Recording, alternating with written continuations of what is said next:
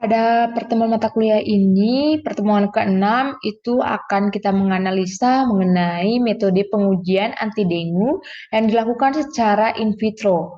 Di mana judul yang akan saya bawakan ialah mengenai CD32 monosit yang diinfeksi dengan dengue, baik itu primer dan sekunder secara in vitronya. Ini adalah pemaparan mengenai jurnal yang akan saya paparkan, di mana jurnal ini dibuat oleh Umi dan Usi serta Santi Ikasari. Lalu jurnal ini juga telah ada di Sinta dan Sinta pada jurnal ini yaitu Sinta 2 dengan impact faktornya 0,52. Ini merupakan jurnal dari Perhimpunan Dokter Spesialis Patologi Klinik Indonesia. Mengenai judul tersebut, ada kalimat poin utama yang akan saya bahas di dalam jurnal tersebut. Dapat kita lihat topik utama yang menjadi daya tarik dari jurnal itu ialah penelitian secara in vitro itu telah menunjukkan antibodi non-netralisasi yang dapat meningkatkan infeksi monosit dengan membentuk kompleks imun dengan virus dan memungkinkan maksudnya virus dengue melalui FCYR monosit. Jadi dapat kita lihat bahwa eh, topik ini akan berkaitan dengan dengue, dengan antibodi, dengan penelitian secara in vitro, dan kata kunci lainnya ialah infeksi monosit. Tentu apabila kita berbicara dengan monosit, maka kita akan berkaitan juga dengan antibodi dan kompleks imun. Sebagai pengantar mengenai topik itu, saya akan paparkan bahwa infeksi virus dengue atau biasa disebut dengan DNIF itu merupakan masalah kesehatan utama di dunia. Bahkan di Indonesia itu merupakan polemik yang sangat kritis dan dapat dikatakan sebagai salah satu penyakit yang notabene-nya dapat menyebabkan kematian tertinggi di Indonesia. Jadi di sini dapat saya katakan bahwa infeksi atau infeksi virus dengue ini memiliki interaksi antara virus dengue itu dengan monosit. Jadi kita dapat lihat bahwa monosit dan turunannya itu merupakan target utama dari infeksi virus dengue. Karena adanya interaksi antara kedua hal tersebutlah, maka hal tersebut dapat dikatakan bersifat penting untuk patogenesis. Jadi patogenesis yang dimaksud ialah patogenesis DHF dan DSS, di mana selama infeksi dari DNV ini secara in vitro itu dilakukan di dalam sel THP1, yaitu monositik manusia yang mempunyai FCIR. Lalu mengenai hal tersebut, maka di sini terdapat metode-metode dalam melakukan penelitian secara in vitro itu sendiri. Jadi di sini ada metode objek, bahan, dan subjek. Di mana objeknya itu tentu ialah pasien yang sedang demam dengan suhu itu lebih dari 38 derajat Celcius dan kurang dari 5 hari, dan dia didiagnosis sebagai peluang dengue pada saat masuk rumah sakit atau saat sedang mengalami perawatan di rumah sakit maupun di puskesmas. Jadi patokan objek ini dapat kita tambahkan bahwa orang yang demam tersebut itu tidak disertakan dengan penyakit infeksi akut dengan tanda dan gejala yang jelas. Jadi tidak boleh ada penyakit akut yang menyertai oleh pasien demam ini.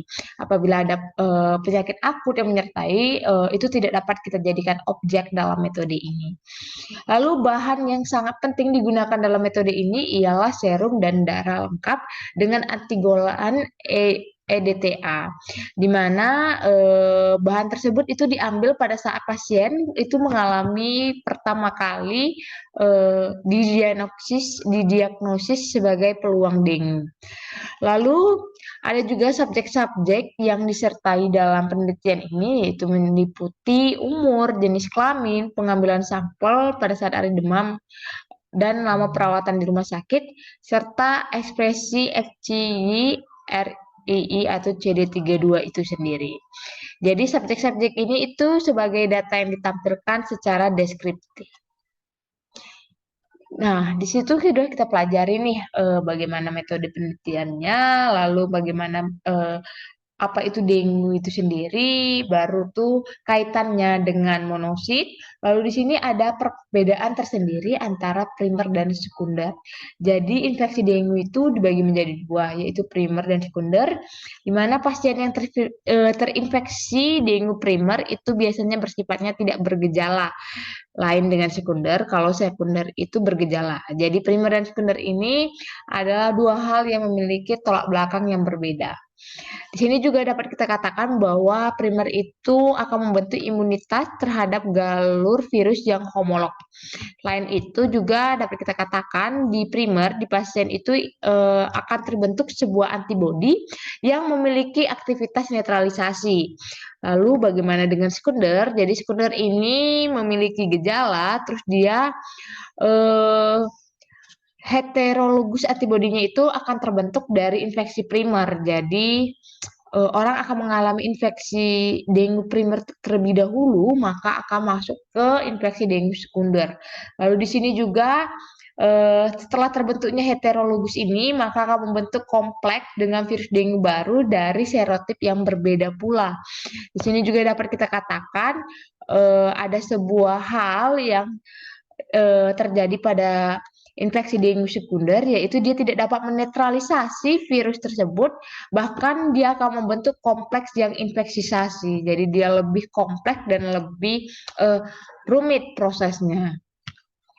Mengenai hal itu, maka di sini ada pembahasan utama dari topik kita sebelumnya, topik utama yang tadi sudah saya paparkan, di mana bahwa penelitian secara in vitro ini telah menunjukkan meskipun monosit terinfeksi ringan oleh DNP, maka antibodi non-netralis itu dapat meningkatkan infeksi dengan membentuk kompleks imun dengan virus dan memungkinkan DNP melalui reseptor FCI atau CD32 monosit. Jadi di sini juga ada dua perbedaan dari primer dan sekunder itu dari segi pembahasan mengenai topik utama kita tadi, yaitu primer itu sendiri virus dengue-nya itu masuk ke dalam sel target melalui penyatuan membran dan dia akan berkaitan dengan surface reseptor yaitu antara lain heparan sulfat, CD14, reseptor laminin, lalu ada heat shock, protein, dan reseptor monos. Lalu di sini juga ada di infeksi sekunder, ini memiliki mekanisme yang sama dengan primer, namun dia dapat masuk melalui reseptor trypsin, sensitif virus, atau melalui reseptor FC.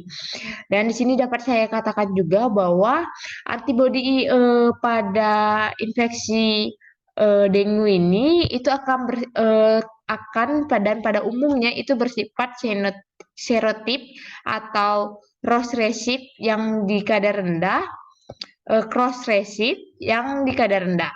Jadi dia akan mengakibatkan bahwa infeksi itu sebelumnya berikatan dengan fisien yang tidak mengalami netralisasi. Jadi sungguh kompleks bahwa di infeksi dengue primer, di infeksi sekunder itu berkaitan dengan monosit dan setelah melakukan penelitian pun dia menunjukkan bahwa monosit terinfeksi ringan oleh DNP itu antibodinya dapat meningkatkan infeksi kompleks imun dengan memungkinkan bahwa virus itu dan DNP itu masuk melalui reseptor monosit itu sendiri.